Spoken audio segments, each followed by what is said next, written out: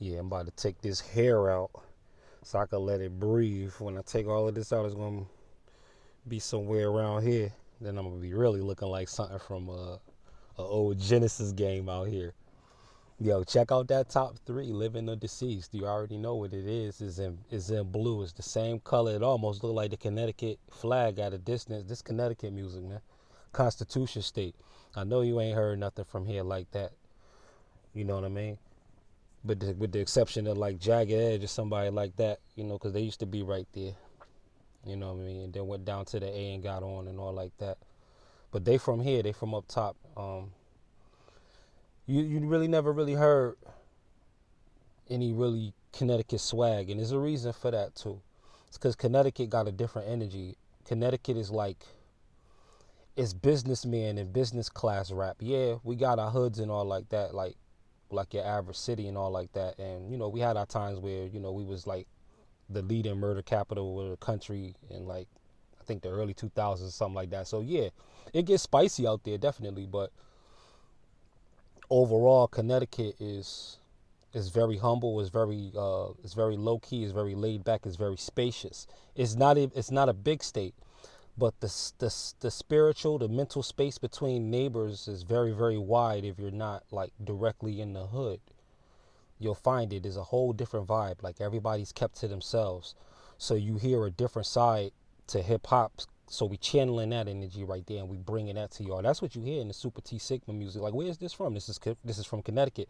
This is what Connecticut hip hop sound like, and everybody else that does hip hop in Connecticut, that's Connecticut sound too. So please check out any and every artist that's coming out of Connecticut. I don't care what town they from, what city they rep, with their you know what I mean? It don't matter. You know, you gonna put yourself on the map automatically just by coming out. You're already on the map. This is already public. This is already going out before the world. So that's that Connecticut music. Top three, living the deceased. I put that out there for shock value. And of course I'm gonna be rhyming like I really belong in the top three though. I am gonna be trying to prove a case at the same time, regardless of where you categorize me or how it sound or where you think it fits. You know what I mean? I'm going to go ahead and just put myself all the way out there. You know what I mean? I'm not a performer. I'm not, you know what I mean? I'm not like nothing like that. You know what I mean? This is just a whole different energy. It's not what you really anticipate out of hip hop. You have a certain image that's possibly ingrained in hip hop, like what it looks like, how it sounds, where it's coming from, and it's diversifying now. But there are still other whole facets and sectors of hip hop that have gone untapped, and I'm just gonna bring my piece to it of what is untapped in hip hop energy as far as my own experiences, as my own swag. You know what I mean? Things like bragging about being a nerd, bragging about certain video games, bragging about certain movies from the 80s and 90s that you really like, bragging about certain old school classical music. You know what I mean? Just really being a different side of you, because there is more to hip hop than the club, than the block. There is more to hip hop than, you know what I mean? Than the guns, the drugs, the women. There is actually much more to hip hop that can be expressed in hip hop in a way that's not corny, believe it or not. But we really haven't tapped into it. So we're going kind of into the mode of the storyteller and the philosopher. Of all of that stuff from Plato, Socrates, and Nietzsche, if all of that stuff rhymed, we would have saw it then. Just imagine if all of that stuff rhymed from Hume, from Dietrich Bonhoeffer, from Madame Blavatsky. Imagine if all of that stuff rhymed, like if all of it was just rhymes on whatever kind of music was playing at the time. That's hip hop. So hip hop is really an eternal entity.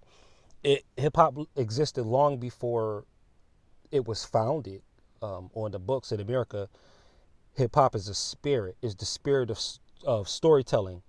We trace it back to the West African griots and their storytelling over the cultural drum in the village circles. That's as far back as modern history would trace it. But when you really think of hip hop in terms of music, etc., putting voice over it to the point of a narrator or a philosopher, or even a mystic, um, what you get really is the beginning of time, the creation of universes, because your word is your bond. And if you're a master of words, you're a master of bonds. And that makes you a master of worlds, because words become worlds, not just things. Words become worlds. So the images that are painted out here are people giving you all of the worlds that they have within them. No matter where they're coming from, no matter who's telling them to write it, who's ghost writing, no matter what kind of hook it is. These are all worlds, though. So I'm just bringing you mine.